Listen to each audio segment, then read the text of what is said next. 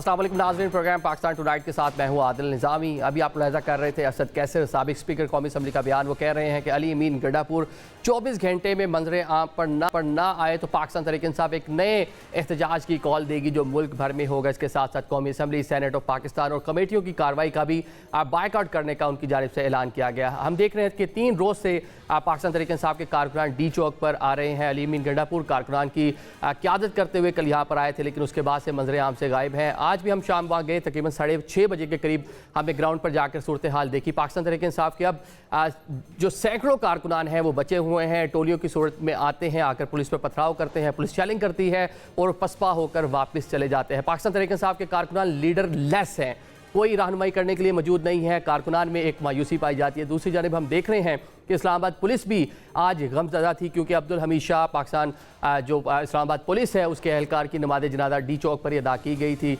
उसके बाद देखा कि पुलिस एहलकार खासे गमज़दा दिखाई दे रहे हैं। दूसरी जानिब प्रोटेस्टर अब बहुत कम तादाद में मौजूद हैं, जबकि पाकिस्तान तहरीक इंसाफ की लीडरशिप ताहाल हमें कहीं दिखाई नहीं दे रही। आज के प्रोग्राम में इन इश्यूज़ पे बात करते हैं। हमारे साथ मौजूद हैं शुएब शहीन, मैं पाकिस्तान तहरीक इंसाफ के, कौसर काज़मी हमें ज्वाइन कर रहे हैं, तर्जमान है पंजाब हुकूमत के, और सीनियर जर्नलिस्ट माजिद निज़ामी साहब भी हमें ज्वाइन करेंगे। शुएब साहब, आपसे बात का आगाज़ कर लेते हैं। प्रोटेस्टर अभी तक मौजूद हैं, क्या ये जो इस्लामाबाद में प्रोटेस्ट था ये कॉल ऑफ हो गया? चले जाएँ प्रोटेस्टर जो कह रहे हैं जनाब असद कैसर के एक नए एहतजाज का ऐलान करेंगे 24 घंटे के अंदर? बिस्मिल्लाहिर्रहमानिर्रहीम। आदिल साहब देखें, ये बात नहीं है, प्रोटेस्ट यहाँ कंटिन्यू रहेगा क्योंकि ये इसका हुक्म दिया था इमरान खान साहब ने। और उसके अलावा आप देखें कि जो पिछले 24 घंटे से एक चीफ एग्जीक्यूटिव 4 करोड़ आबादी वाले सूबे का सरबराह जो है, यानी जिसके पीछे 4 करोड़ लोगों की एक उनका इलेक्टेड रिप्रेजेंटेटिव है, उसको उठा दिया गया, उसको गायब कर दिया गया, ना किसी अदालत में पेश किया। और सबसे बढ़कर ये जिस तरह सूबाइयत पे हमला किया है, क्योंकि जो प्रोविंशियल केपी हाउस होता है कोई प्रोविंशियल टेरिटरी होता है, उसके बगैर इजाजत के उसके अंदर ना आईजी जा सकता है, ना रेंजर्स जा सकती है, ना कोई शख्स इस तरह उनकी परमिशन के बगैर घुस सकता है। किसी के घर में इस तरीके से घुस जाना ये बहुत बड़ा आइन के ऊपर हमला है। लेकिन हुकूमत कहती है ना कि एक तरफ एक सूबे का चीफ एग्जीक्यूटिव जो है पूरी मशीनरी के साथ, अपने लोगों के साथ, काबीना के साथ वफाक पर हमला आवर हो रहा है, सूबाई मशीनरी इस्तेमाल कर रहा है, तो वो भी तो गलत है ना। कि मतलब जिस तरह आए अली अमीन, और साथ में ये भी बताएं कि अचानक से केपी के हाउस गए किस लिए? कल से ये सवाल उठ रहा है कि वो तो कारकुनान के साथ आए थे, उनको छोड़ के अलग क्यों हुए? आदिल साहब, 2 सवाल आपने किए। एक सवाल एक वक्त में हो तो ज्यादा बेहतर होता है, लेकिन चले मैं दोनों का जवाब दे दूं। पहली बात तो यह है कि वो गायब नहीं हुए, वो यहाँ आए, वो डी चौक में पहुंचे और उन्होंने कहा कि मैं पहुंच गया हूँ। ये जो बदमाशिया कहा करता था कि जनाब बस वो पहुंच के दिखा दे, वो पहुंचा। वो फ्रेश अप होने के लिए उसने केपी हाउस में, वो कोई 1 मिनट की ड्राइव पे भी नहीं है, वो कोई सैकड़ों मील दूर नहीं है, वो उसका घर है। वो वहां अगर गया है 36 घंटे से वो ट्रैवल करके शेलिंग खा के, और फिर वो एक चीफ एग्जीक्यूटिव है अपने सूबे का, मोबाइल सर्विस बंद है, नेट सर्विस बंद है, वो अगर वहां गया है तो कोई जुर्म नहीं किया और उसने ज़ाहिर वापस आने के लिए गया। लेकिन उससे पहले साहब, उससे पहले वफाकी हुकूमत कह रही थी ना कि अगर इस तरह आएंगे तो हम डेफिनेटली रोकेंगे।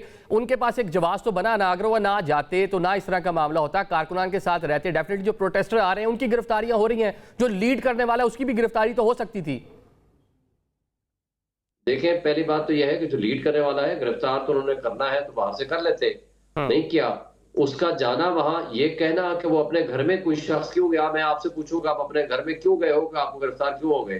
भाई आप अपने घर में जाते हो तो आपको कोई जुर्म तो नहीं है ना, वो अपने घर में गया है। लेकिन हालात इतने नॉर्मलाइज भी नहीं है ना, ये नॉर्मल तरीके से वो आते रहे, केपी हाउस में भी आते रहे। चले कर मुकम्मल।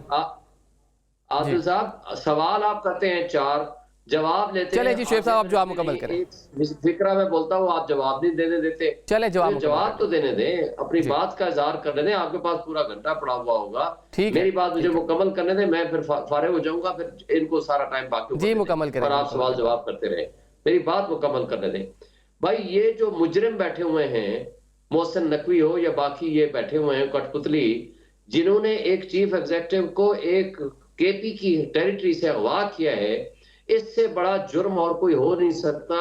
ये आइन के ऊपर हमला है, ये फेडरेशन के एक यूनिट के ऊपर हमला है। दूसरी बात आपने कही जी लाओ लश्कर के साथ वो वफाक पे हमलावर हो गया।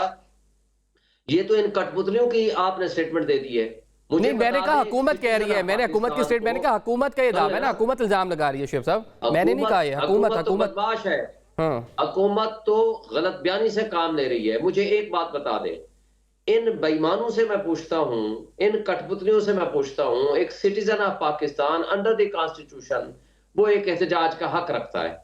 मुझे बता दें ये जुर्म कहाँ है? आइन के तहत दिए हुए अख्तियारात को, अच्छा, जिन्होंने अरबा रुपए खर्च करके पाकिस्तान को बंद किया, खंदकें खोदी, कंटेनरिस्तान बना दिया, ये जुर्म है।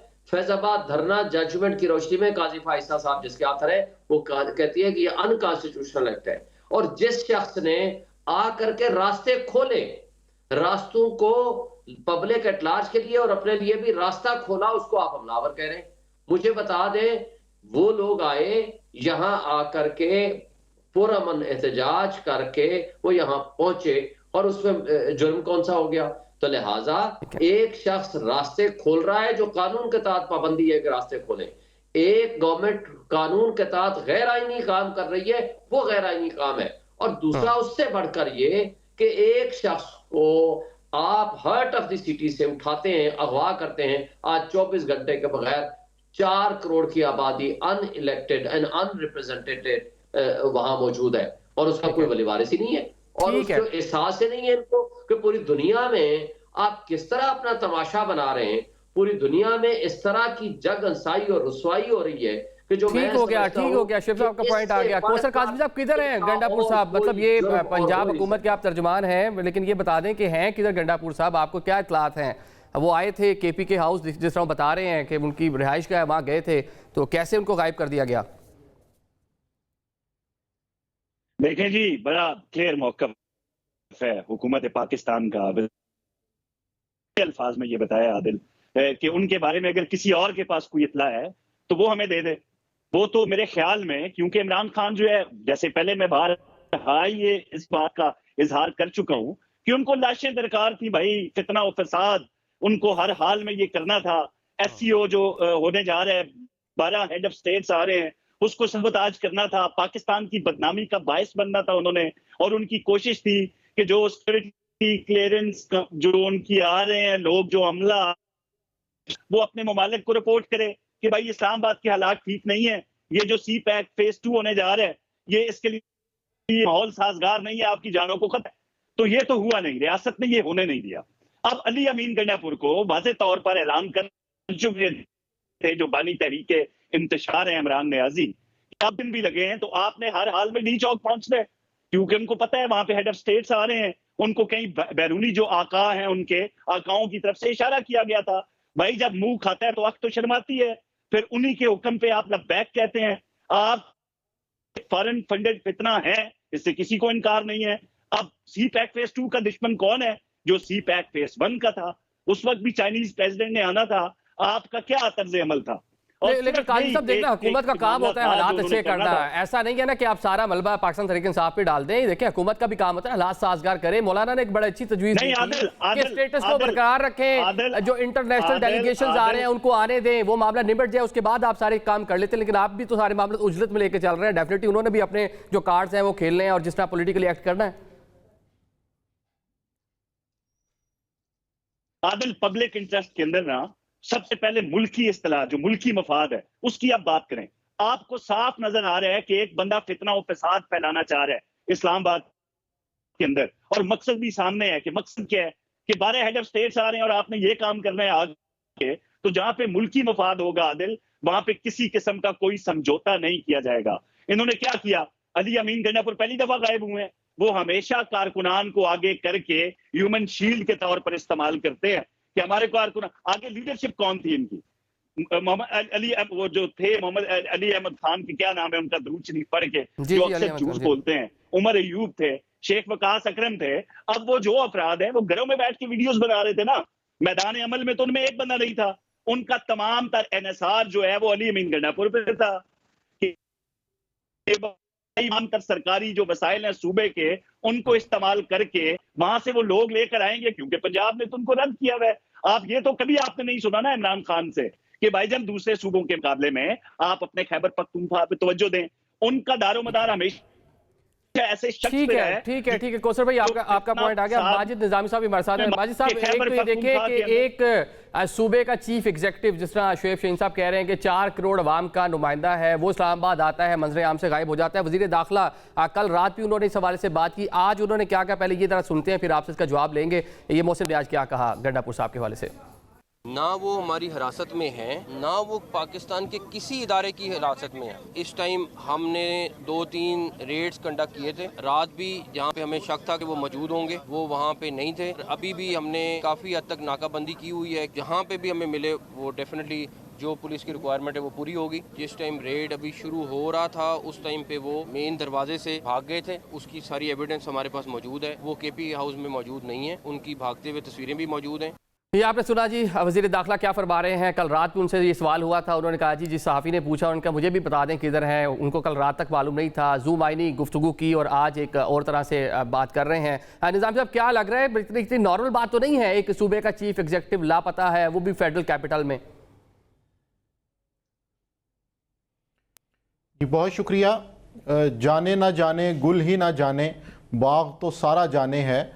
मैं समझता हूँ कि ये रियासत पाकिस्तान की बदकिस्मती है कि उसके 4 सूबे हैं और उनमें से एक का सरबराह जो है वो इस वक्त मंजर आम पर मौजूद नहीं है। और सब जानते हैं कि दारुल हुकूमत के अंदर क्या होता है और क्या होता आया है। सो इसलिए मुझे तो लगता है कि ये रियासत की और स्पेशली हुकूमत की, मुस्लिम लीग नून की ज़िम्मेदारी है कि वो पहले बहुत गलत रवायात कायम कर चुके हैं, एक नई गलत रवायत की दाग बेल ना डालें। क्या कल इसके बाद गवर्नर्स और प्राइम मिनिस्टर्स जो हैं वो भी इस तरह मंजर-ए-आम से हट जाया करेंगे तो फिर कौन जवाबदेह होगा। तो इसको तहरीक इंसाफ और मुस्लिम लीग नून पीपल्स पार्टी से थोड़ा सा ऊपर रहते हुए, बालातर रहते हुए, अपनी सियासत से बालातर होकर सोचे। सही कह रहे हैं, बड़ा संगीन मामला है। अच्छा ये बताएं, माजी में भी कभी इस तरह का कोई वाकया हुआ है? आपके तारीख पे बड़ी गहरी नजर है आपकी। माजी में इस तरह का गैर मामूली वाकया कभी हुआ जो आज हम देख रहे हैं?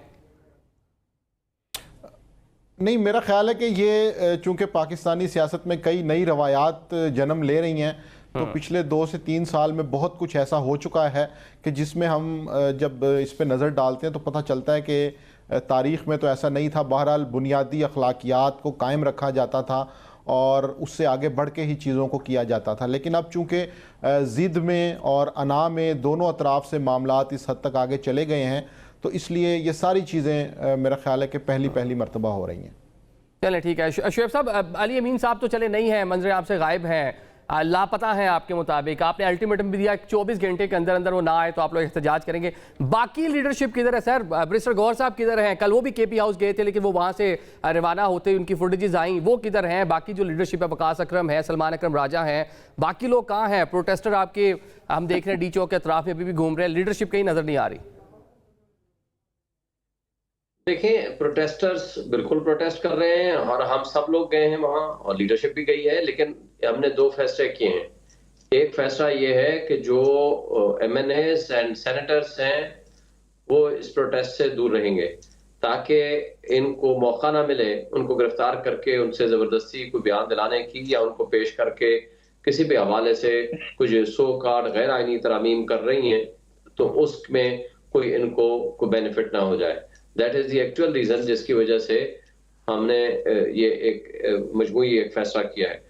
लेकिन ओवरऑल ज़ाहिर एक जो हमारा यंग ब्लड है और या एक बुजुर्ग है या जो एक हमारा वर्कर है, जो हमारे दोस्त हैं, भाई हैं, साथी हैं, जो लोग हैं, कॉन्स्टिट्यूंसीज के लोग हैं, बाहर से आए हुए हैं, यहाँ के लोकल हैं, सब अपने अपनी ड्यूटी दे रहे हैं, वो जा रहे हैं।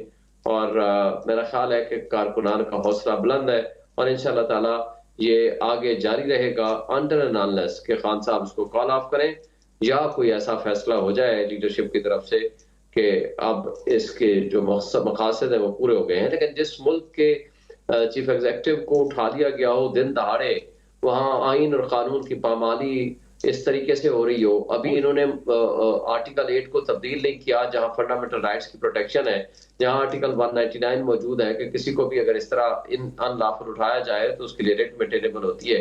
अगर ये आज ये हालत है तो कल ये अगर कवानीन आईन ही बदल गए जिसमें आपके बुनियादी इंसानी हुकूक खत्म हो गए, जिसमें हाई कोर्ट की रिट खत्म हो गई, जिसमें कैंगरू कोर्ट्स बन गई और जिसके जरिए से हाई कोर्ट के जजेस को इतना दबा दिया गया कि जो इंडिपेंडेंट फैसला करेगा उसको उठा करके दूसरी हाई कोर्टों में ले जाया जाएगा और उनको सजा दी जाएगी। और इस तरीके से अगर ये आईनी सो कॉल्ड आईनी तरामीम हो गई तो फिर तो आप देखिएगा कि बाद में क्या होगा। ये जो सूरत हाल आज दरपेश है इसके लिए वकला भी सर जोड़ के बैठ गए हैं। कल इस्लामाबाद में भी बहुत बड़ा लॉयर्स कन्वेंशन होने जा रहा है, कल उधर पेशावर में हुआ था। तो मैं ये समझता हूँ कि ये पूरी सिविल सोसाइटी को, जर्नलिस्ट को, हमारे बाशऊर तबके को, अवाम को इसके खिलाफ उठ खड़ा होना चाहिए। ये पूरे पाकिस्तानी कौम के हुकूक का सवाल है। देखें, हालात वाकयात बदलते देर नहीं लगती। कल किसी को भी उठाएं और उसको टैग सिर्फ लगा दे कि नेशनल सिक्योरिटी का, उसको कोई अदालत नहीं पूछ सकती, उसके कोई बुनियादी इंसानी हुकूक नहीं होंगे और उसके लिए कोई कुछ भी नहीं है कि उनको काल कोठरियों में जितने अरसे के लिए चाहे डाल दें, कोई उनको पूछने वाला नहीं होगा। अगर ये हमने अपने मुल्क को इस तरह लेके जाना है तो फिर काबिल अफसोस बात है कि आज तो आप सारी बातें बता रहे हैं कि हुकूमत की जो प्लानिंग है, पाकिस्तान तहरीक इंसाफ का पार्लियामान में क्या लाया अमल है? पार्लियामान में बड़ी आपके पास फोर्स मौजूद है, अच्छी खासी एमएनएज है आपके, वहाँ पे टफ टाइम दें, ये बाहर सड़कों पे मामला पार्लियामेंट या क्या हासिल होगा ये सारी एक्टिविटी से? देखें, हम हर जगह पे इनको टफ टाइम दे रहे हैं। हम पार्लियामेंट के अंदर भी देंगे और पार्लियामेंट में इनकी तादाद पूरी नहीं है और ये नोटे बनाने का जिन्होंने कानून जो तब्दील कराया है आर्टिकल 63A के ऊपर, जो इमरजेंसी में ये अमेंडमेंट्स ली हैं, वो भी गैर कानूनी तौर पर वो फैसला लिया है और उसके बदले में जो कुछ आज पीटीआई के एमएनएज को और सेनेटर्स को वल्नरेबल कर दिया गया है और जिस अंदाज से ये चल रहे हैं और जो इनको जल्दी है वो सब आपके सामने है। बल्कि इन्होंने तो एडमिट कर लिया है, बिलावल ने और इन सब लोगों ने, कि जी 25 अक्टूबर से पहले मजबूरी भी है और जरूरी भी है कि हमने ये आईनी तरमीम करनी है। बल्कि इनको तो मौलाना फजल रहमान ने अच्छी तजवीज दी थी कि आप इसको आगे ले जाएं, एटलीस्ट 25 के बाद ले जाएं। कौन से क़यामत आ रही है, कौन से आसमान गिर गए हैं, लेकिन नहीं, इनको तो जल्दी है, इनको तो साथ की जल्दी। ठीक हो गया। कौसर साहब, एक तो ये बताएं ना, ये जो रवायात डाल रही है इस टाइम हुकूमत, ये मुनासिब नहीं है। सदा आप लोगों ने भी, गवर्नमेंट भी, नरेंद्र पाकिस्तान तहरीक इंसाफ के दौरे हुकूमत में जो कुछ हुआ, जिस तरह केसेस भरे, आज उन पर केसेस बन रहे हैं, वो एडमिट भी करते हैं कि गलत हुआ, नहीं होना चाहिए था। ये आप लोग जो एक नई रवायत पैदा कर रहे हैं, डाल रहे हैं कि एक सूबे का चीफ एग्जीक्यूटिव कैपिटल में गायब हो जाए, तो ये गलत नहीं है, मुनासिब नहीं, इसको समझते कि नहीं होना चाहिए था, कुछ इस पर सोच विचार हो, इसको मामले को बेहतर करें। आदिल, सबसे पहले तो मुझे टाइम बराबर दीजिएगा, जरा तराजू को बराबर। जी, आप लें टाइम, क्योंकि पूरे लेक्चर सुनता हूं मैं, जब मेरी बारी आती है तो बहुत कलील टाइम मिलता है। मैं आपको ये अर्ज कर रहा हूं जी, तारीख में आप पूछ रहे थे कि कभी इससे पहले भी ऐसा हुआ है। तारीख आज से पहले हुआ कि एक सूबा वफाक के ऊपर चढ़ाई करे। आप देख लें, पूरी तारीख आप सामने रखें, कभी इस तरह नहीं हुआ। कभी ऐसा नहीं हुआ कि किसी और मुल्क के नेशनल फितना और फसाद के लिए इस्तेमाल किए गए हो। कभी तारीख में ऐसा नहीं हुआ कि आप गाड़ी के बूट्स में असलहे से लैस होके रियासती इदारों पे हमलावर हो जाए। कभी तारीख में ऐसा नहीं हुआ कि आपका जो वजीर आला है वो रियासत को ललकार के कहे कि आप एक गोली चलाएंगे तो मैं 10 गोलियां चलाऊंगा।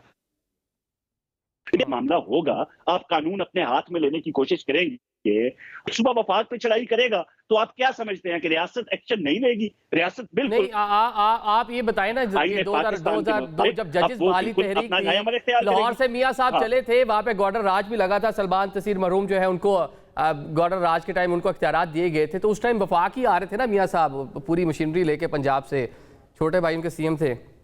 तो रियासत ने एक्शन, आपने खुद बता दिया, गवर्नर राज रियासत ने, भाई रियासत एक्शन लेती है। जो जरूरी इकदाम होते हैं अवाम के लिए, अवाम की जानो माल के लिए, सरकारी इमलाक के लिए, उनके तहफ़्फ़ुज़ के लिए। अब खान साहब ने इनको कहा जी कि आपने 2 दिन लग जाएं, आपने हर हाल में पहुंचना है। अब वो नहीं उस तरीके से एहतजाज कर सके। एक अली अमीन गंडापुर नजर आ रहे हैं, बाकी लीडरशिप वर्किंग फ्रॉम होम वाला मामला कर रही है। तो ऐसी सूरत हाल के अंदर मुझे ये लगता है कि जो खान साहब का गुस्सा है, शायद उससे छुपने के लिए, क्योंकि वहां से तो बड़े सख्त के हवाले से खान साहब ने क्या कहा, एक बुरे आदमी है इसको हटाओ, वो तो ये ऑन रिकॉर्ड बातें हैं। अब अली अमीन गंडापुर वहां से तो बड़े जोश खरोश से आते हैं, फिर वो शावर लेने केपी हाउस में चले जाते हैं, क्योंकि केपी हाउस, अब इनको आइन याद आ रहा है कि एक घर पे हमला किया है। आप केपी हाउस में साने 9 मई के जो मुजरिम हैं, सामने पूरी कौम ने उनको देखा, उनकी जब आप पनाहगाह बना लेंगे, वहां से रियासत पे हमला आवर होंगे, वहां पे आप तरबियत याफ्ता लोग बिठाएंगे, तो आप क्या समझते हैं रियासत, वहां पे कुछ ये ऐसी चीजें होती हैं आदिल, जहां पे आपको आउट ऑफ पे जाके काम करने पड़ते हैं अपने मुल्क की सालमियत के लिए, अपनी रियासत की सालमियत के लिए। अब क्या हम इनको वेलकम करें? आए जी 12 हेड ऑफ स्टेट आ रहे हैं, पूरे मुल्क की आवाम का फायदा है, आप चढ़ाई कर दें, आप दुनिया को ये पैगाम दे दें, तो इस तरह तो नहीं हो सकता। और यार एक मिनट खड़ा बोलना है, चुप कर जा यार, तू बेच बोलना शुरू हो मैंने यार, एक मिनट चुप कर, हौसला रख भाई मेरे। चले अच्छे से देखिए, अच्छी डिबेट चल रही है, आप अपने टाइम पे बोले, बिल्कुल बोले जी, आप अच्छे तरीके से। आप सवाल किया है, सवाल का जवाब मेरे बारे में जो कहा है। ओए चुप कर जा यार, ओ भाई मेरे चुप करके सुन यार शुएब, मैं तुम्हारी बात में नहीं बोला, क्यों बोलते हो बीच में? आराम से बात सुनो। अब मामला ये है भाईजान कि सिर्फ जो उनका गुस्सा है ना खान साहब का, वो वज़ीर दाखिला ने कह है भाई, किसी को अगर पता है मेरे ख्याल में मैं रियासत को मशवरा दूंगा, इनाम रखे भाई, जितनी दफा मर्जी करूं, तुम्हें कोई तकलीफ है भाई? चले मुकम्मल करें जी, जल्दी मुकम्मल कीजिएगा जी। कौसर साहब, काज़मी साहब, तो बस सुनाने दो मुझे भाई। जी कितनी दफा करेंगे आदिल साहब? कोई आप चले मुकम्मल करने दें जी, शेख साहब बात मुकम्मल करने दें, उसके बाद हम सब को चलते हैं। करें ना बात करें। अब भाईजान कैसे ना चलाए ना, बात करें। भाई चुप कर जा, और भाई दी बोलती बंद करो यार, एक मिनट चुप कर जा भाई, क्या हो गया? और यार अब मामला भाईजान ये है, क्योंकि झूठ तो ये बोलते हैं रियासत पे। काज़मी साहब आप अपनी बात मुकम्मल करें ना जी, आप प्लीज आप अपनी बात मुकम्मल करें। इसको तो बात करने की तमीज़ नहीं है। कराओ ना भाईजान, बीच में शेख साहब उनको बात मुकम्मल करने दें और फिर आपकी तरफ आता हूँ। कोई बात करने का सलीका होता है किसी में, बकवास और सिवाय कैसे चलाने। काज़मी साहब आप मेरी बात का जवाब से प्लीज डायरेक्ट उनसे बात ना करें। तुम ही करने वाले थे जो आज तुमने कल गाड़ियां चलाई है, गाड़ियां तोड़ी है, जो कुछ तुम कर रहे हो इस मुल्क के साथ, जो कुछ तुमने इस मुल्क को तबाह और बर्बाद कर दिया है, जो कुछ यहाँ गवर्नमेंट में, ये जो पंजाब गवर्नमेंट ने यजीदियत की बदतरीन मिसालें कायम की हैं, तो आप लोगों को कोई शर्म हया भी खत्म हो गया है, और आकर के यहाँ बैठते हैं कैसेट चलाने के लिए, अपनी नौकरी करने के लिए। चले ठीक हो गया, ठीक है। माजिद निजामी साहब आप जरा बता दीजिए क्या आप देख रहे हैं, टेम्परेचर हम देख रहे हैं ग्राउंड पे तो गर्म है सो है। बात तो कर सके माजिद निजामी साहब, हम देख रहे हैं कि ग्राउंड पे पाकिस्तान तहरीक इंसाफ प्रोटेस्ट कर रही है, यहाँ पे प्रोटेस्टर मौजूद है। पाकिस्तान तहरीक इंसाफ ने आज कहा जी कि पार्लियामान का बायकआउट करेंगे। पार्लियामेंट में रहकर पाकिस्तान तहरीक इंसाफ को अच्छे से नहीं, अपनी जो कुव्वत है उसका मुजाहरा करना चाहिए। माजी में भी हम देख चुके हैं कि पार्लियामान की जो अहमियत है उसको क्यों नहीं समझ रही पाकिस्तान तहरीक इंसाफ। हालांकि हम एक तरफ देख रहे हैं KPK में पिछली बार अली अमीन गंडापुर के साथ जो मामला हुआ, बड़ी वहाँ पे स्पीचेज हुई, अभी भी इजलास वहाँ पे तलब किया गया है, तो पार्लियामान की अहमियत को क्यों नज़रअंदाज करती है पाकिस्तान तहरीक इंसाफ? जी, अपोजिशन के अंदर डेफिनेटली सियासी जमातें एहतजाज का रास्ता भी अपनाती हैं और पार्लियामेंट के अंदर भी बहस व मुबाहिसा करती हैं, तो ये बड़ी नॉर्मल सी चीज़ है। और मैं समझता हूँ कि इस सारे मंजरनामे में हुकूमत को थोड़ा सा समझना पड़ेगा। तहरीक इंसाफ भी पहले इसी तरह के बयानिए बनाती थी। हाफिज़ हमदुल्ला साहब पे उन्होंने अफ़गानी होने का इल्ज़ाम लगा दिया, फिर उसके बाद उन्होंने कहा तहरीक लब्बैक इंडिया से फ़ंड लेती है। अब मुस्लिम लीग नून का भी वही हाल है। अच्छे खासे मुनासिब लोग इक़्तिदार में जाके पता नहीं क्यों बदल जाते हैं। तो ये बल्कि आप हाफिज़ साहब का नाम ले रहे हैं, मुझे याद है कि टॉक शो में आप दीदा हो गए थे इस इल्ज़ाम पर, अफ़गानी होने के हवाले से आप दीदा हो गए थे, वो इतने जज्बाती हो गए थे। तो मेरा ये ख्याल है कि अगर ये शंघाई ताउन तंजीम का इजलास आ रहा है तो सियासी जमातों को मेरा ख्याल है इन चीज़ों से निकल आना चाहिए कि फ़लाँ का एजेंट है। जब वो गवर्नमेंट में होते हैं तो उन्हें दूसरे एजेंट लग रहे होते हैं, जब वो अपोजिशन में आ जाते हैं तो फिर उनकी मौक़िफ़ बदल जाता है। तो इस चीज़ को अगर सामने रखेंगे तो फिर ये एहतजाज, ये जलाओ घिराओ, इन चीज़ों से बचा जा सकता है। लेकिन अगर हम ये दायरों का सफ़र जारी रखेंगे, अपनी बारी पे मार खाएंगे और दूसरों की बारी आने पर फिर हम उनको मारेंगे, तो मेरा ख्याल है इससे चीज़ें बेहतर नहीं होंगी।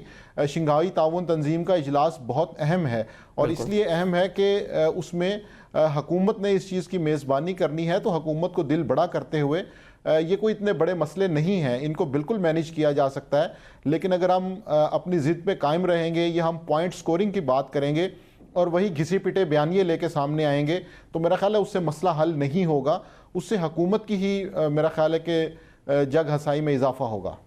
बिल्कुल सही कह रहे हैं, मेज़बानी हुकूमत ने करनी है, अमूर हुकूमत ने चलाना है, तो हुकूमत को जो टेम्परेचर उसको कूल डाउन करने की जरूरत है। अभी एक ब्रेक लेते हैं, उसके बाद मेहमानों से बातचीत का सिलसिला जारी रखेंगे।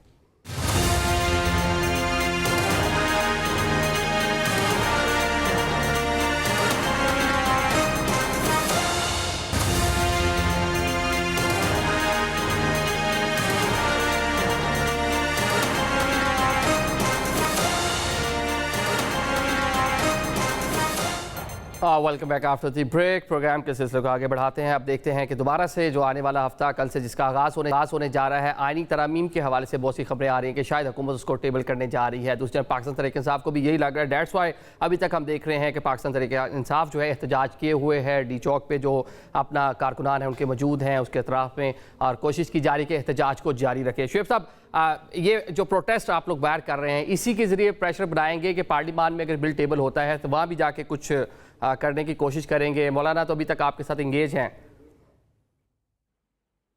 देखें आदिल साहब, मसला पता क्या है? मसला ये है कि इस वक्त बुनियादी इंसानी हुकूक मुअत्तल हुए हैं। आम आदमी का ये क्वेश्चन इस वक्त इन्वॉल्व है कि क्या एक वाहिद फोरम रह गया है, इदारा रह गया है, वो है निज़ाम इंसाफ। उसके ऊपर ये हमलावर होने जा रहे हैं। अब लोगों के बुनियादी इंसानी हुकूक मुअत्तल करने जा रहे हैं।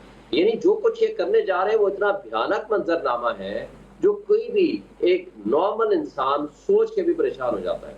इसके लिए देखें, हम लोग तो कब हम कहते हैं कि हम पार्लियामेंट के अंदर बैठ के चीजों को सेटल डाउन ना करें।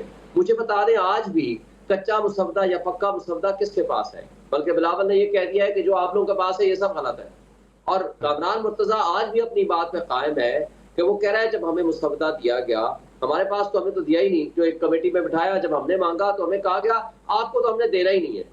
और जो इधर ही आपके हम टीवी पे प्रोग्राम में बैठी हुई मैडम शाहिदा थी JUIF की, उन्होंने कहा जी आपके वकील को देंगे, आपको भी नहीं देंगे।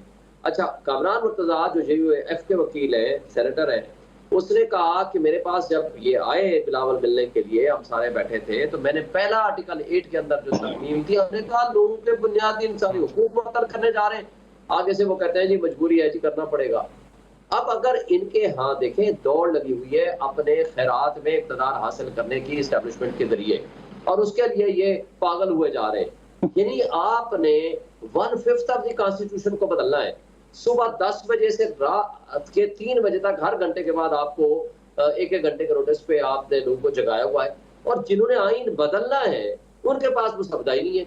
और आज तक मुझे बताएं, पूरी कौम ने इसके ऊपर उनके हुकूक इन्वॉल्व है, साफियों के हुकूक है, वकील इसमें सबसे बड़ा एक स्टेक होल्डर है, और उसके अलावा आपका अवाम है, सिविल सोसाइटी है। 18वीं तरमीम 9 माह लग गए थे डिबेट होते हुए, तमाम जो स्टेक होल्डर थे उनसे बातचीत होते हुए, तो ये बड़ी उजरत में हो रहा है मामला। गुजारिश करता हूँ, 18th अमेंडमेंट में 9 से 10 महीने लगे थे सिर्फ डिस्कशन में, डिबेट में, और उसके बाद जाकर अभी टोटल जो आर्टिकल तब्दील हो रहे हैं, आपको पता है 1/5 ऑफ द कॉन्स्टिट्यूशन तब्दील हो रहे हैं। और अब इस मौके पे आप एक चीफ एग्जीक्यूटिव को अगवा कर लेते हैं। अच्छा, जो कौसर साहब बता रहे थे, मुझे आप बताएं, कहते हैं जी अगर वो हमलावर होगा तो उसके साथ तो रियासत उसको छोड़ेगी नहीं। भाई, अगर आपने, पहली बात है कि आप चार दीवारी की ये पाबंदी है, ये सूबाई खुद मुख्तारी पे हमला है। मसलन अब KP की पुलिस आती है, ये ऐसे ही है, KP की पुलिस आती है, वो उठा करके मरियम नवाज को वहां से उठा करके गायब करके अपने सूबे में ले जाती है। ये जायज है? ये नहीं हो सकता, इसलिए कि एक पुलिस दूसरे सूबे में जब जाएगी, या वफाक की पुलिस किसी और सूबे में जाएगी, तो वहां से कोर्ट से परमिशन लेगी। अच्छा, वो इस तरह है कि ये जो KP हाउस है ये प्रोविंशियल टेरिटरी कहलाती है, लिहाजा ये हमला है आइन के ऊपर। दूसरी बात, मुझे बता दें, जब आप मान रहे हो कि हाँ जी उसने जुर्म किया है, हमने उठा लिया, जब उठा लिया तो उसको आप अदालत में कैसे नहीं पेश करेंगे? आप उसको नहीं, वो नहीं मान रहे, वो कह रहे हैं हमने नहीं उठाया, वो खुद चले गए हैं। उनको आपके सामने तस्वीर भी जारी की हैं KP के हाउस की कि वो खुद चले गए हैं, रूपोश हो गए। बता रहे हैं कि जी रियासत पर खामोश नहीं रहेगी ना, एक इम्प्लाइड कन्फेशन है। देखें, वो जब कह रहे हैं रियासत खामोश नहीं रहेगी, जब वो इस तरह करेगा, अगर आपकी नजर में जुर्म हो गया, आप कानून के मुताबिक प्रोसीड करोगे ना, आइन के मुताबिक प्रोसीड करोगे। चले शेख साहब, ये जरा गवर्नर KP के जो है, आप उनका जरा एक शॉर्ट कुंडी साहब को जरा सुने, वो क्या फरमा रहे हैं, उसके जवाब आपसे लेते हैं। कुंडी साहब क्या फरमा रहे हैं, सुनाइएगा। कल से खुद साख्ता और पोशी इख्तियार की हुई है, मजे लूट रहे हैं, विकेट के दोनों तरफ खेल रहे हैं। जब PTI के दोस्तों को पता चलेगा कि वो इलेक्शन के दौरान किसके मेहमान थे, इलेक्शन कैसे मैनेज किया, CM कैसे बने, और जितनी उनकी पूरी कोशिश है कि इमरान खान जेल से न निकले ताकि हम करप्शन के मजे लूटे, इधर आकर जो है बड़े बड़े भड़के मारते और उसके बाद सुने कि गाड़ी की डिग्गी में गायब हो जाते हैं। ये गवर्नर KP के फैसल की कुंडी को आपने सुना। शेख साहब, वो कह रहे हैं मजे में है और विकेट के दोनों जानिब खेल रहे हैं, इल्जाम लगा रहे हैं। देखें, ये बहुत खतरनाक खेल खेल रहे हैं फैसल करीम कुंडी साहब। मुझे बताएं कि जिस वक्त ये KP में जाएं, उसको उठा करके अगवा कर लें। मतलब है कि आपको ये सोच नहीं आ रही कि आप हरकतें क्या करने जा रहे हैं। यानी शबाशी वहां पहुंचे, वहां किसी भी डेलीगेशन में, और जो है अली अमीन गंडापुर की पुलिस उठाए या उनके लोग उठाएं, उनके सिक्योरिटी फोर्सेस उठाएं, उसको उठा करके गायब कर दें, यानी उठा करके किसी अदालत में भी पेश न करें, गायब कर दें। यार खुदा के लिए। ठीक है काजी साहब, वो फरमा रहे हैं कि जिस तरह आपने एक सूबे का चीफ एग्जीक्यूटिव वफाक में गायब किया हुआ है, अगर यहाँ पे पीएम जाते हैं, जिस तरह अली हमने देखा कि जो गवर्नर है उन्होंने दावत भी दी मुलाकात में प्राइम मिनिस्टर को कि खैबर पख्तूनख्वा का दौरा करें, अगर दौरे पे जाते हैं प्राइम मिनिस्टर, वो कहते हैं हमारे पास भी ऑप्शन है, हम भी ऐसा कर सकते हैं। सबसे पहली बात तो शुएब शाहीन साहब कि अगर वहां से केपी की पुलिस आए और मरियम नवाज को उठा ले, भाईजान इशू आप वो तना पकड़ते हैं सर, जड़ से पकड़े मामला, सामने चीजें हैं भाई। अगर मरियम नवाज लोगों को अपनी छत, अपना घर, हिम्मत कार्ड, बच्चों को स्कॉलरशिप, ई बाइक्स, 118 मंसूबे हैं जो अभी 8-10 महीनों की हुकूमत में वो दे रही है, तो उस हुकूमत का कंपैरिजन आप किससे कर रहे हैं? मिसाल भी ना दे, मिसाल भी नहीं बनती है, एग्जाम्पल्स भी आप कोट नहीं कर सकते। वहां पे यही तो मसला है हमारा कि खान साहब एक बड़े लीडर हैं। ये सिर्फ हुकूमत का फर्ज नहीं होता कि 12 मुल्क के हेड ऑफ स्टेट्स आ रहे हैं तो हुकूमत बड़ा दिल कर ले। यहाँ पे हर मुल्क वतन को चाहिए कि मुल्क के फायदे की बात है ना भाई, आप ये जो एहतजाज कर रहे हैं आप एससीओ के बाद कर लें। चले ये आप मान रहे हैं कि खान साहब बड़े लीडर हैं, ये आप मान रहे हैं? सुने आदिल सुने, अगर बड़े लीडर हैं भाईजान, मैंने ये लफ्ज इस्तेमाल किया है, लफ्जों से ना खेले आदिल, अगर बड़े लीडर होते हैं तो यकीनी तौर पर इस मामले के अंदर वो ये कह देते कि एससीओ हो लेने दो, उसके बाद हम जोर आजमाई कर लेते हैं। लेकिन फिर वो बातें सच नजर आती हैं। जब आपका वो जो जैक गोल्ड स्मिथ है, आप उसकी जाके मुहिम चलाएंगे इलेक्शन की, वो आपकी इलेक्शन मुहिम चलाएगा, उसके फिर नजरियात सामने रखें, फिर तो डॉक्टर इसरार वाली बातें सच सच साबित होती हैं भाई, साफ कोई तरह की तस्दीक हुई। इन्होंने कहा जी उसमें म्यूजिक था जी।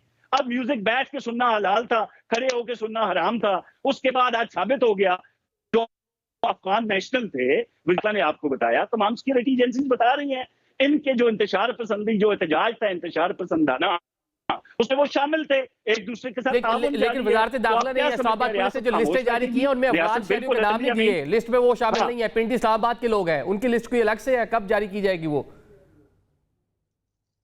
बिल्कुल बिल्कुल जारी होगी। वजीर दाखिला ने बड़े खुले अल्फाज में आपको बताया जी, उनको बिल्कुल मंजर आम पे भी लाया जाएगा और कानून के मुताबिक उस पर कार्रवाई भी होगी, इसमें कोई वो दूसरी राय है ही नहीं। और वहां से जो लोग आ रहे थे, आप कर सकते हैं आदिल, मैं हमेशा ये सवाल करता हूं, मुझे नहीं पता कि शेलिंग कैसे करनी है लॉन्ग। ये जो सारे मामला है, इनके पास ये जाफ्ता लोग थे इस एहतजाज के अंदर, इंटेलिजेंस एजेंसी रिपोर्ट कर रही थी, ये एहतजाज के लिए नहीं आ रहे थे भाई। इन्होंने डी चौक में फिर वो ये 126 दिन वाला मामला करना था, तो लोगों को समझ आ गई कि भाई ये हमारे बच्चों को मरवाते हैं, फिर कहते हैं जी सीसीटीवी फुटेजेस में जो है उनको धर लें आप। अब लोग समझ गए, अब पंजाब इनको मुसलसल रद्द कर रहे हैं, इनकी सारी तवज्जो जो है वो केपी पे है। अब केपी के जो वजीर आला है वो बजाय इसके कि खैबर पख्तूनख्वा की आवाम के फलाह बहबूद के लिए काम करें, वो खुशनुदी इमरान खान के लिए इंतशारी सियासत कर रहे हैं, क्योंकि मेरिट तो वहां पे वही है। खान साहब भी ऐसा बंदा चाहते हैं जो मारदार वाला हो, जो इंतशार वाला हो, फितने फसाद वाला हो। उनको आज तक आपने ये कहते नहीं सुना, हमारी लीडरशिप भी कह रही है भाई वहां पे अवाम की फलाह बहबूद के लिए कुछ करें। आज तक खान साहब ने उनको ये नहीं कहा, सिर्फ यही कहा गया निकले 2 दिन लगे, वहां तोड़ फोड़ करें, वहां मारें, उसका सर खोलें, उसका गिरेबान फाड़ें। इसके अलावा खान साहब की सियासत है क्या आदिल? ये तो सारी वो चीजें हैं जो आपके सामने हैं। अगर वो बड़े लीडर होते तो मैं फिर कहूंगा मौजूदा हालात में वो एहतजाज की कॉल हरगिज ना देता। ठीक हो गया निजाम साहब। वैसे 26 दिन में 4 बार सीएम, हुकूमती मशीनरी, काबीना सबके साथ मिलकर कभी लाहौर जा रहे हैं, कभी पिंडी आ रहे हैं, कभी 2 बार इस्लामाबाद आ रहे हैं, तो अमूर हुकूमत की जानिब उस तरह से पाकिस्तान तहरीक इंसाफ की तवज्जो नहीं लग रही जिस तरह इल्ज़ाम लगा रही है पंजाब हुकूमत कि वहाँ पर अमूर हुकूमत नहीं और सारा मामला, सारा फोकस जो है वो एहतजाज पर है केपी के गवर्नमेंट का। जी बिल्कुल, उसकी वजह यह है कि खैबर पख्तूनख्वा में और पंजाब में तहरीक इंसाफ को जिस बुनियाद पर वोट मिला है वो बुनियाद ये है कि उनके साथ इंतकामी कार्रवाइयाँ की गई, सियासत में उन्हें हुकूमत से बेदखल किया गया। उस पर बिल्कुल बहस हो सकती है कि क्या वो बयानिया सच है या झूठ है, लेकिन याद रहे कि तहरीक इंसाफ ने तो परफॉर्मेंस की बुनियाद पर वोट ही नहीं लिया, इसलिए उनकी पूरी की पूरी कैबिनेट जो है वो इस चीज़ से बेफिक्र नज़र आती है। उनको इस चीज़ की कोई फिक्र नहीं कि उन्होंने खैबर पख्तूनख्वा के अंदर कोई डेवलपमेंट स्कीम लॉन्च करनी है, कोई इस तरह के प्रोजेक्ट सामने लेके आने हैं कि जिससे अवामी फलाह बहबूद में इजाफा हो। उनका बुनियादी मकसद इस वक्त ये है कि वो अपनी पार्टी के लिए उस हकूमत की बुनियाद पर पूरे पाकिस्तान के अंदर एक रिलीफ हासिल कर सकें, और दूसरी तरफ हुकूमत की जानिब से उसको काउंटर करने के लिए जो मैनेजमेंट इख्तियार की जा रही है, मेरा ख्याल है कि उससे मामला सुलझने की बजाय उलझ रहा है। हम ये देख रहे हैं कि कैबिनेट के अंदर जो पैराशूटर्स मौजूद हैं, जो गैर मुंतखब गैर सियासी लोग हैं, उनकी जो फैसला आज़ाद कबीले के जो लोग हैं, हुकूमत को तरमीम, जी बिल्कुल, उनको तरमीम के अंदर भी जग हसाई का और रुसवाई का सामना करना पड़ा। जिस तरह रातों रात एक तरमीम पास करने की कोशिश की गई और वो मामला सारा का सारा बिल्कुल बिखर के रह गया। उसके बाद मैं ये कहना चाहूँगा कि राना सनाउल्लाह भी इंटीरियर में रहे हैं, चौधरी निसार अली ख़ान भी इंटीरियर में रहे हैं। उन्होंने एहतजाजों को बहुत अच्छे तरीके से डील किया, और ये बिल्कुल होता है कि जब अपोजिशन इत्तेहाद कर रही हो तो एक तरफ तो पुलिस का इस्तेमाल हो रहा होता है, दूसरी तरफ मुज़ाकरात की एक लाइन हमेशा ओपन रहती है कि जिसके अंदर आप सोचो विचार के ज़रिए, बातचीत के ज़रिए कुछ ले दे के मामलात को आगे हैंडल करते हैं। लेकिन मुझे लगता यह है कि जिस तरह तहरीक इंसाफ की हुकूमत के अंदर आज़ाद कबीले के कुछ लोग थे जो अपने इक़्तिदार के मज़े लेके चले गए, इसी तरह मुस्लिम लीग नून भी मेरा ख्याल है कि इन सारी दागों को बाद में अपने दामन पे समेट लेगी, और जो आने वाले हैं वो चले जाएंगे और मुस्लिम लीग नून फिर उनकी जवाबदेही और उनकी वजाहतें देती रहेगी। तो मुझे लगता है कि मियाँ शहबाज शरीफ को इस हवाले से भी सोचना चाहिए कि उनकी मिसमैनेजमेंट की वजह से इस्लामाबाद का और पाकिस्तान का सियासी माहौल क्यों ख़राब होता जा रहा है। नहीं, आप अभी जिक्र करें निसार अली खान के दौर का, परवेज़ खट्टक वहाँ पे सीएम थे, केपीके में पाकिस्तान तहरीक इंसाफ की हुकूमत थी, तो उस टाइम 2016 में आने की कोशिश की गई थी तो आने नहीं दिया गया था खट्टक साहब को, बड़ी शेलिंग हुई थी, रोक दिया गया था, अटक ब्रिज ही नहीं क्रॉस करने दिया गया था। अभी फिर ये देख रहे हैं कि कोई मामला जो आए यहाँ तक गंडापुर पहुँचे तो आसानी से उनको आने दिया गया, क्योंकि ये जो जिस तरह इल्ज़ाम लग रहा है कि विकेट के दोनों जानिब खेल रहे हैं, इस पर आप क्या कहेंगे? जी, वो खैबर पख्तूनख्वा के वज़ीर आला हैं और इस वक्त उनकी रियासत के तमाम क्वार्टर से बिल्कुल राब्ते हैं, क्योंकि वो एक ऐसा ऑफिस है कि जिसके ज़रिए ये सारा कुछ मुमकिन होता है। और हमने देखा कि माजी करीब में उन्हीं के ज़रिए बानी पीटीआई इमरान खान के साथ भी कुछ बात करने की या कॉन्फिडेंस बिल्डिंग मेयर्स को स्टार्ट करने की कोशिश की गई, और बहरहाल उसके अंदर नाकामी हुई। लेकिन वो जिस तरह का एक ओहदा है और वो एक इंतज़ामी पोजीशन पे हैं, तो इससे बिल्कुल इनकार नहीं है कि उनका रियासत के तमाम ओहदेदारों से, तमाम ज़िम्मेदारान से राब्ता है, और वो तहरीक इंसाफ की पॉलिसी को भी लेके चलना चाहते हैं और साथ साथ अपने आप को उनके साथ भी कोऑर्डिनेशन में रखना चाहते हैं। तो तहरीक इंसाफ का इस वक्त जो मसला नज़र आ रहा है कि क़यादत और कारकुन की सोच के अंदर एक वाज़े फ़र्क है। क़यादत कुछ और सोच रही है, कारकुन कुछ और सोच रहा है, और उस फ़र्क की वजह से ये सारे मामला तहरीक इंसाफ के अंदर मौजूद हैं कि जिनकी वजह से वो हुकूमत पर एक प्रॉपर प्रेशर नहीं बना पा रहे और उनकी एहतजाजी तहरीक बनती नज़र नहीं आ रही। तो अगर तहरीक इंसाफ ये चाहती है कि वो अपने मुतालबात को तस्लीम करवाए, तो मेरा ख्याल है कि उन्हें अपनी पार्टी के अंदर एक रीस्ट्रक्चरिंग करनी पड़ेगी और कारकुन और क़यादत का जो गैप है उसे ख़त्म करना होगा। मतलब कारकुनान जो है जज्बाती हैं और जो लीडरान हैं उनको उनकी हदूद क़यूद मालूम है, और अमूर हुकूमत या अमूर अपोजिशन कैसे चलते हैं उनको मालूम है, इसलिए वो एक लिमिटेड हैं, उसे आगे नहीं बढ़ रहे। अभी ब्रेक ले लेते हैं, ब्रेक के बाद आईनी तरमीम के हवाले से मौलाना की अब से कुछ देर पहले हुकूमती 4 रुकनी वफ़द से मुलाकात हुई है, उसमें क्या कुछ और मौलाना अपना वज़न किस तरफ डालते नजर आ रहे हैं, इस पर डिस्कस करेंगे। अभी एक ब्रेक ले लेते हैं।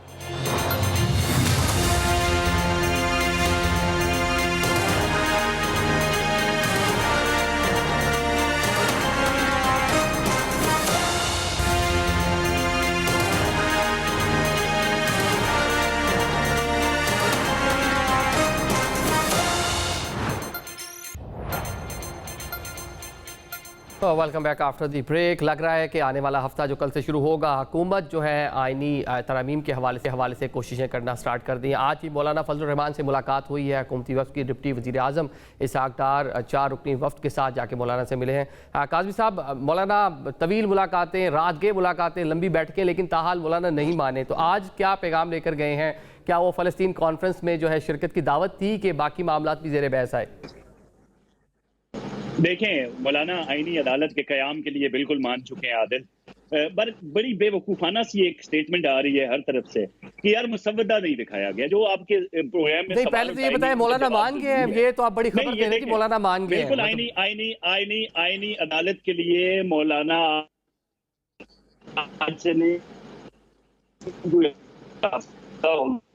मौलाना माने हुए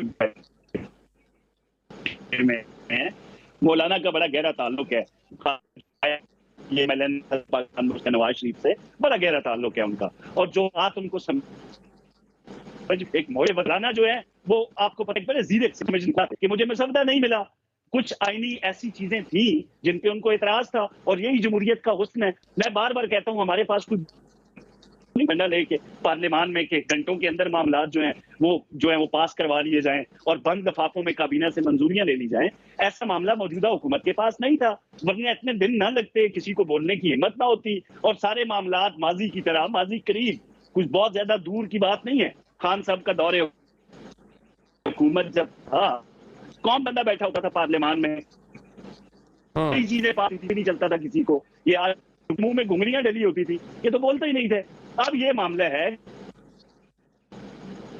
आपके ऑडियो में थोड़ा प्रॉब्लम आ रहा है, उस पे वोट तलब कर रहा हूं, आप शायद मान भी जाएं तो आप कैसे उसको मानेंगे? अगर आप मसवदा देखेंगे नहीं तो मैं आप वोट कैसे तलब करूंगा? तो ये तो एक बड़ी बेवकूफाना सी स्टेटमेंट है कि मसवदा नहीं दिखा गया, अगर हम नहीं दिखा रहे तो हम वोट के तालब ही नहीं होंगे, तो ये तो कोई इतना मसला नहीं है, इस पर इनको खुश होना चाहिए। तो बाकी जो ऐसी चीजें हैं, आईनी अदालत का कयाम वक्त की बड़ी अहम जरूरत है। कितने ज्यादा पेंडिंग केसेस हैं यार, गरीब आदमी के पोतों तक केस जाता है बाप करे तो ये जो सारी सूरत हाल है कोई एक चीज नहीं है जिसका इशारा ये कर रहे हैं किसी की एक्सटेंशन की तरफ है और कुछ ये और कुछ वो है। बतौर मजमूई इसको देखें कि अवाम को क्या फायदा मिल रहा है इससे, उसकी तरफ इनकी निगाह बिल्कुल नहीं होगी, उसकी तरफ इनकी तवज्जो है नहीं। फिर मेरे भाई ने कहा कि वो कारकर्दगी की बुनियाद पे तो हुकूमत बनी नहीं उनकी, तो फिर वो मान ले, फिर सामने आके कहें तो हमें वादे दिए थे जलसों में, जो अवाम को रिलीफ देने के वादे थे, कोई लाखों घर थे, वो सब झूठ था, अवाम को बेवकूफ बनाया गया और फिर वाकई बनाया गया, क्योंकि पंजाब की अवाम ने उनको रद्द कर दिया है। अब केपी की अवाम आती है, उसमें कौन से क्या क्या लोग आते हैं। अब तो मैं इस वक्त जहां पे बैठा हूँ इस्लामाबाद से 30 किलोमीटर दूर, मुझे लोग अक्सर कहते हैं जी आप टीवी पे जरा क्यों हमारे कारोबार तबाह करते हैं, वहां से बड़ा माल आता है हमको इस एहतजाज की आड़ में। इस पे तो तहकीकात होंगी, आपने फुटेजेस देखी, डिग्गियां भर के असले की नहीं आती नहीं यहाँ पे जब अटक पुल क्रॉस करते थे। तो ये इल्जामात है, जब रैलीज आए, जब जलते जुलूस हो, तो इस तरह के इल्जामात, ये रवायती ही बयानात हैं, इस पे इन्वेस्टिगेशन क्यों नहीं हुई, या इससे पहले कितनी इन्वेस्टिगेशन की है मुझे बता देना, कार्रवाई क्यों नहीं की अदारों ने अगर इस तरह का मामला है? आदल ये इल्जामात नहीं है जो अफगान बाशिंदे जिनका आप जिक्र कर रहे हैं, वजीर दाखिला ने भी जिक्र किया, जो अफगान क्या वो मुहिब वतन पाकिस्तानी थे, उनके क्या कारोबार थे, ये चीजें तो अभी आएंगी सामने। अभी तो हमने इनको हमें जरा इनसे निबड़ लेने दें, उसकी तरफ ये सारी हकीकतें आपके सामने बिल्कुल आश्कार होंगी और आप इसकी मजम्मत करेंगे। मैं लिख के देता हूँ आपको ये सारी चीजें जो थी, और जमहूरी है, हम तो सबको कंसेंसस कर रहे हैं, इसलिए इतना टाइम लगा, वरना पाकिस्तान तहरीक इंसाफ के दौरे हुकूमत में तो एक साहब वहाँ बैठे होते थे, बड़ी आसानी से आईनी तरामीम और कवानीन और सारी चीज़ें हो जाती थी, बिल पास हो जाते थे। आदिल साहब, पहली बात तो यह है कि जब आपने पहले कौसर साहब की बात सुनी, फिर आपने निजामी साहब की सुनी, फिर उसके बाद मेरा बारी थी, आपने उनको दे दिया। सर आपके पास टाइम है, आप मुकम्मल करें, आपके पास टाइम है सर, आप तरतीब आपने सही नहीं रखी, लिहाजा पहली बात तो ये। दूसरी बात, मुझे आपको एक बात बता दूं, आईन की तब्दीली और लॉज की तब्दीली, आपको पता है जब ये जा रहे थे एक दिन में, बतौर इनके लीडर शायद खान अब्बासी उस वक्त इनके वो वाइस प्रेसिडेंट थे, इनके एमएनए थे, उन्होंने कहा जी 25-25 करोड़ पता नहीं कितने दिए गए जो यूनिवर्सिटीज के लिए, और कितने पैसे दे के वो कानून साजी की गई, हमारे ऊपर ये इल्जाम ही लगाया, और 54 एक्ट्स एक दिन में इन्होंने पास किए, वो बिल पास किए। अच्छा छोड़ें आप इन बात को, मुझे बता दें हमने कोई एक आईनी तरमीम की हो या उसके लिए हमने इस तरह रात को घंटे घंटे के नोटिस पे लोगों को बिठाया हो। बात यह है कि अगर इनको कोई ऐसा मसला था, मुसवदा पेश करना था, रात के 3 बजे से इनका इजलास रखने की क्या जरूरत थी? ये तो अल्लाह भला करे मौलाना फजल रहमान का, और हालात ऐसे हो गए कि इनके बाद बंदे पूरे नहीं हुए, इनको मुंह की खानी पड़ी, नाकाम व नामुराद ठहरे और आइंदा भी इंशाल्लाह नाकाम व नामुराद रहेंगे। वरना इन्होंने तो बूट पॉलिश में वो वहां तक चले गए और पूरे आइन का हुलिया बिगाड़ने के लिए तैयार हो गए थे, और उसके लिए सारी पीपल्स पार्टी भी, PMLN भी और MK भी ये हाथ हाथ जोलियां उठा के खड़े हुए थे। ये तो आज इनके बंदे पूरे हो जाए, आप 1 घंटे का नोटिस नहीं देंगे, 1 घंटा नहीं लगाएंगे।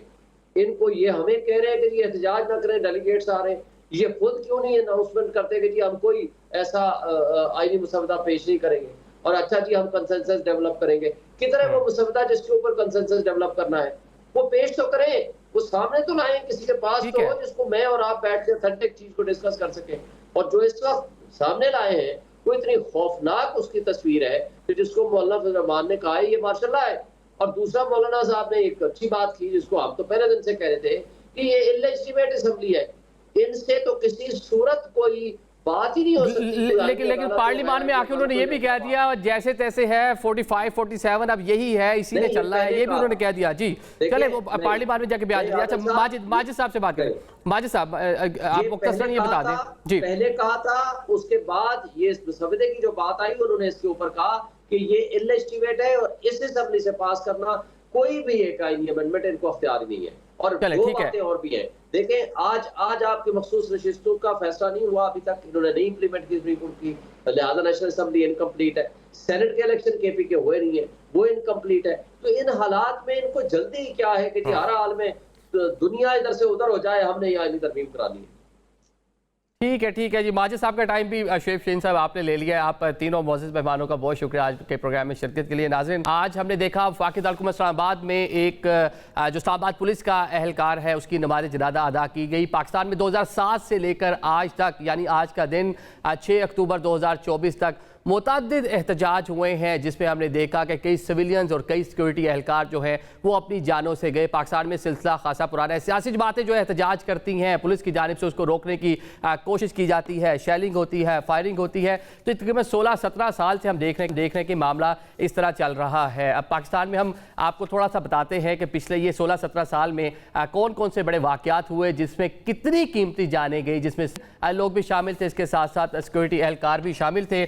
8 सितंबर 2024 संजानी जलसे के दौरान SSP सेफ सिटी और मुतअद्दिद पुलिस एहलकार जख्मी हुए। 10 मई 2023 PTI के एहतजाज के दौरान 7 अफराद जाँ बाग हुए और पुलिस एहलकारों समेत 200 से ज़ायद अफराद जख्मी हुए। 2021 साद रिजवी की गिरफ्तारी के खिलाफ एहतजाज में 3 पुलिस एहलकार शहीद हुए और 2 अफराद की जाने गई। पाकिस्तान तहरीक इंसाफ का दौरे हुकूमत था ये, और जिसमें हमने देखा कि TLP पर पाबंदी लगाने की भी बात की गई थी। 2017 से 2020 के दौरान TLP के एहतजाजी मुजाहरों के दरमियान दर्जनों पुलिस एहलकार और मुजाहिरीन जो हैं वो ज़ख्मी हो चुके हैं। 2014 के तहरीक इंसाफ के धरने और इसके साथ साथ पाकिस्तान अवामी तहरीक के धरने के दौरान कई बार पुलिस और मुजाहिरीन का आमना सामना हुआ। 34 पुलिस एहलकार और 160 से ज़ायद जो कारकुनान हैं वो ज़ख्मी हुए। बल्कि इसमें हमने देखा मीडिया पर्सनस पर भी तशद्दुद किया गया। इसके साथ साथ मेट्रो उस टाइम बन रही थी, वहाँ पर भी कुछ कारकुनान जो है मेट्रो के जो खुदाई की गई थी उसमें गिरकर जहाँ बाक हुए थे। 2014 के धरने के दौरान पाकिस्तान तहरीक इंसाफ ने मुल्तान में एक जलसा किया था जिसमें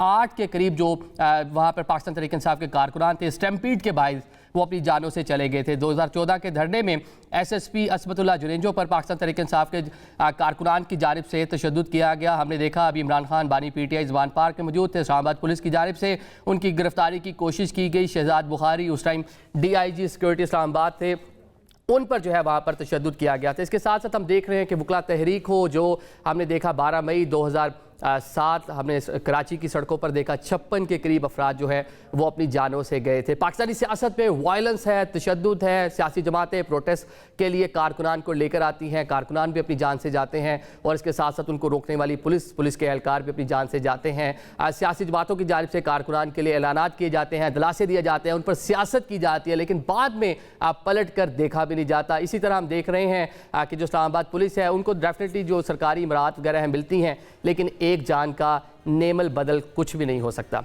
आज के प्रोग्राम में हमें इजाज़त दीजिए। अल्लाह हाफिज़।